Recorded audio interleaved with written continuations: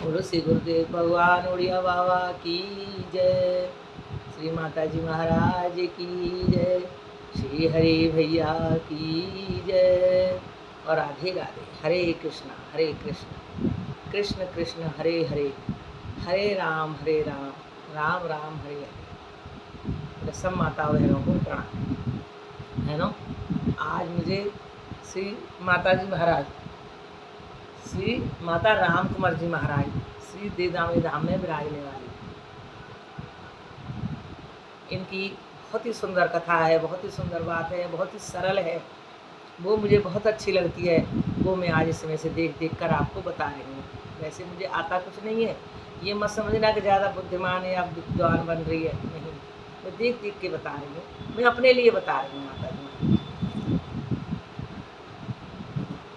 एक दिन की बात है, श्री देदामी धाम में श्री माता जी महाराज विराज रही थी और उनके पास दूर दूर से बहुत से सत्संगी आते रहते थे।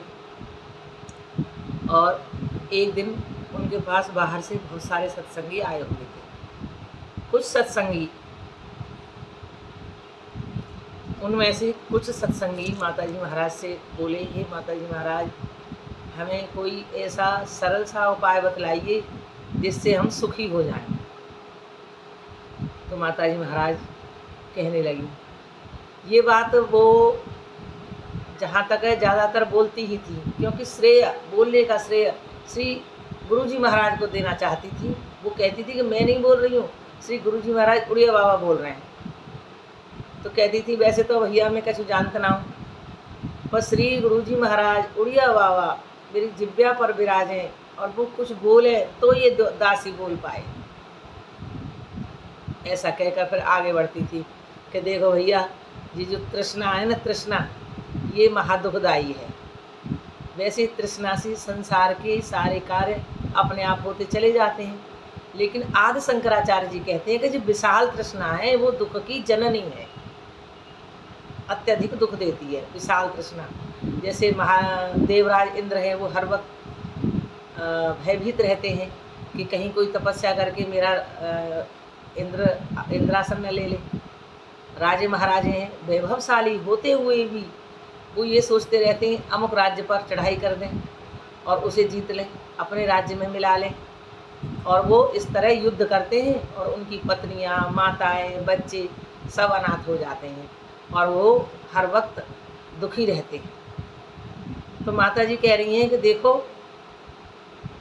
स्थायी शांति की आवश्यकता है। इस दुख को दूर करने के लिए स्थायी शांति चाहिए। स्थायी शांति यानी नित्य प्रति हर वक्त जो स्थिर रहे, ऐसी शांति की आवश्यकता है। अब वो कैसे मिलेगी? वो मिलेगी को किसी सामर्थ्यशाली गुरु की शरणागति हो जाना, किसी सामर्थ्यशाली का आंचल पकड़ लेना, फिर सारा भार उन्हीं का हो जाएगा, सारी जिम्मेदारी उन्हीं की हो जाएगी। यानी सामर्थ्यशाली कौन है? श्री गुरु जी महाराज, अपने अपने गुरु जी महाराज। हमारे गुरु जी महाराज श्री उड़िया बाबा जी महाराज, श्री उड़िया बाबा जी महाराज। तो यहाँ वो एक उदाहरण देती हैं कि शरणागति से गुरु जी की सारी जिम्मेदारी हो जाएगी। इसके लिए देखो, तुम तो मनुष्य हो। एक बकरी की और एक शेर की कहानी सुनाती हैं कि एक बकरी थी, वह अपने झुंड के साथ जा रही थी और झुंड से वो बिछड़ गई, पीछे रह गई। झुंड उसका आगे निकल गया, पीछे रह गई, बिल्कुल अकेली रह गई। थोड़ा इधर उधर चल रही थी तो उसकी आंख बची, झुंड आगे निकल गया, वो रह गई। पहले तो वो घबराई, इधर उधर भागी, उसने खूब हाथ पैर चलाए कि मैं कहीं अपने झुंड के साथ मिल जाऊं, पर नहीं मिल पाई। तभी उसने सोचा कि ऐसा कहते हैं कि अगर कहीं शरण न हो, कोई धीर रखने वाला न हो, कोई कोई परेशानी हो और कोई दिखाई न दे रहा हो रक्षा करने वाला, तो किसी सामर्थ्यशाली की शरणागति ले लो।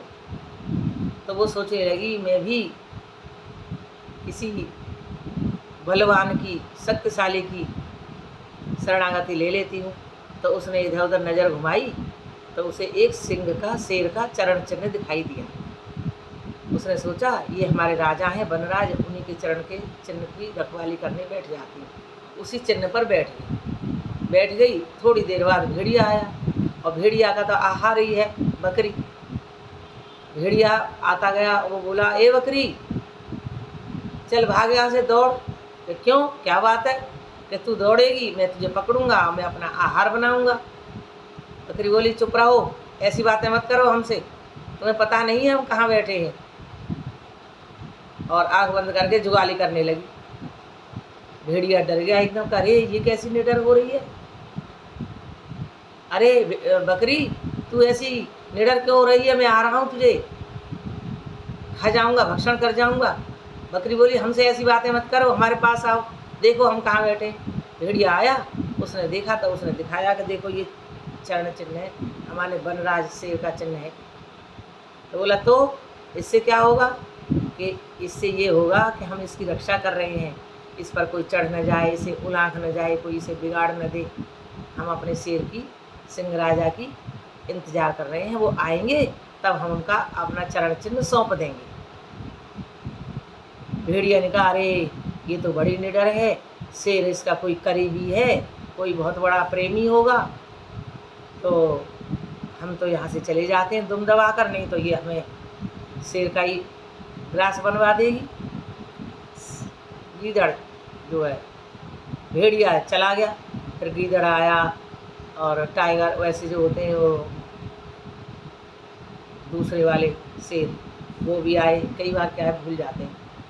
सब चले गए, ऐसे ही उस बकरी ने उनको डरा दिया और वो सब चले गए। रात को 12 बजे शेर आया। शेर ने दूर से देख लिया कि अरे बकरी बैठी है, आज मुझे सुबह से भोजन भी नहीं मिला है, कोई शिकार भी नहीं हुआ है, मैं इसे आज भरपेट खाऊंगा और बहुत स्वाद से खाऊंगा। शेर आता जा रहा है और जैसे ही शेर दूर से ही शेर ने देखा तो उसने आवाज़ लगाई, अरे बकरी, ओ बकरी तू दौड़ लगा, हम तुझे झपट्टा मारेंगे, खाएंगे। तो बकरी बोली नहीं महाराज, आइए महाराज, प्रणाम महाराज, आपको सत सत प्रणाम। शेर एकदम सक पका सा हो गया कि अरे ये मुझे प्रणाम कर रही है, ये डर भी नहीं रही है। शेर ने कहा क्या बात है? कि देखिए आइए, हम आपके चिन्ह की, चरण चिन्ह की रक्षा कर रहे हैं। कहाँ है? आइए पास, आइए। आ गए।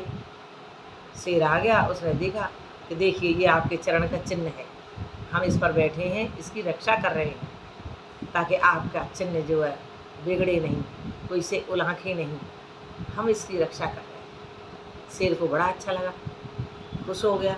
शेर बोला बकरी हम तेरे से बहुत प्रसन्न हैं, तेरी भक्ति से प्रसन्न हैं, बोल क्या मांगती है?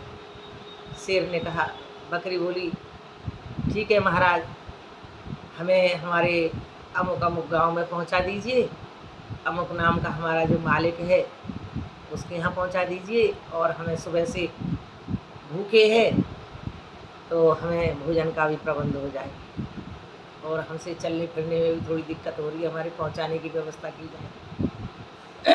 शेर ने आवाज़ लगाई, ए गजराज इधर आइए। हाथी आया, हाथी से कहा कि इनको प्रणाम करो। हाथी ने इतनी छोटी बकरी को प्रणाम किया।